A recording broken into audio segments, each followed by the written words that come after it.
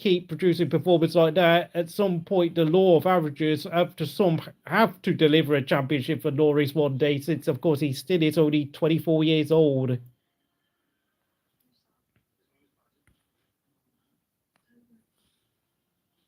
And of course, just as I'm watching the TV, it's just headed for an advert break, of course. As for Sergio Perez, I mean, I'm sorry, man.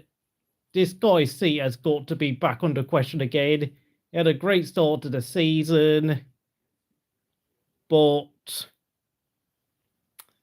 And it's a huge but, by the way. I mean, sorry, what were you thinking? Dive bombing? Trying to dive bomb your own teammate into the first corner like that? That is just... That just yells a driver who's just had enough.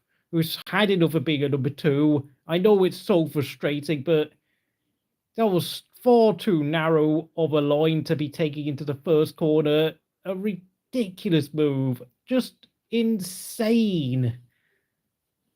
And, you know, with Yuki Tsunoda finishing 7th for RB today in the junior team, you've got to realise, like, okay, I know Tsunoda might be off to Aston Martin if the Honda company can agree a deal with Aston Martin, but since, of course, they got Honda engines coming in 2026. But let's watch this incident again.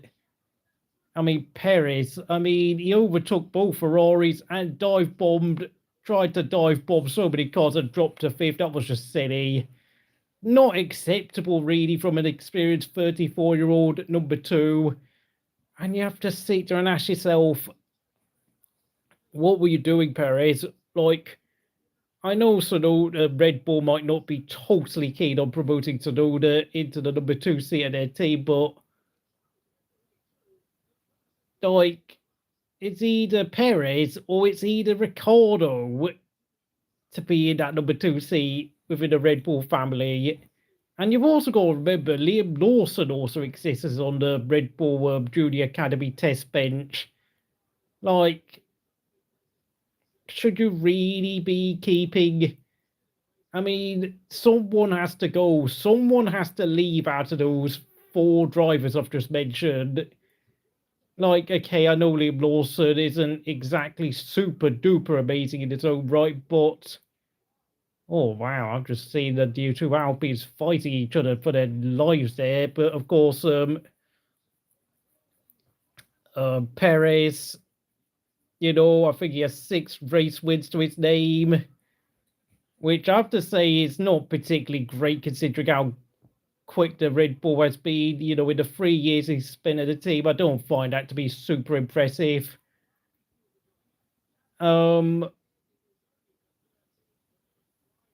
I mean, sorry, Perez. Like, compare that to Bottas, who got a lot of stick for his performances at Mercedes, but he managed to win 10 races and got 20 poles.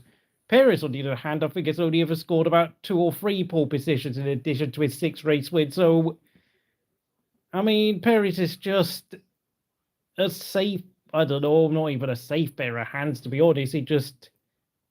He's just there because he's just slightly better than Albon and Gasly at this point. So I don't really think Perez is safe in that Red Bull seat. And, you know, with Norris winning today, like, who knows? Red Bull might be tempted, like, who knows? Like, could Red Bull be tempted to get Lando Norris around? Heck, could Carlos Sainz be in a chance of getting that Red Bull seat for 2025? Like, you can't rule these things out, you know. Like, you've got to think.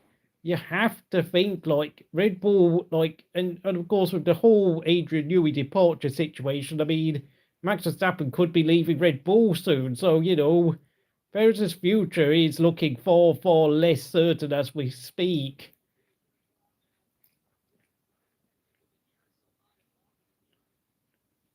Damn, wow. I don't really know.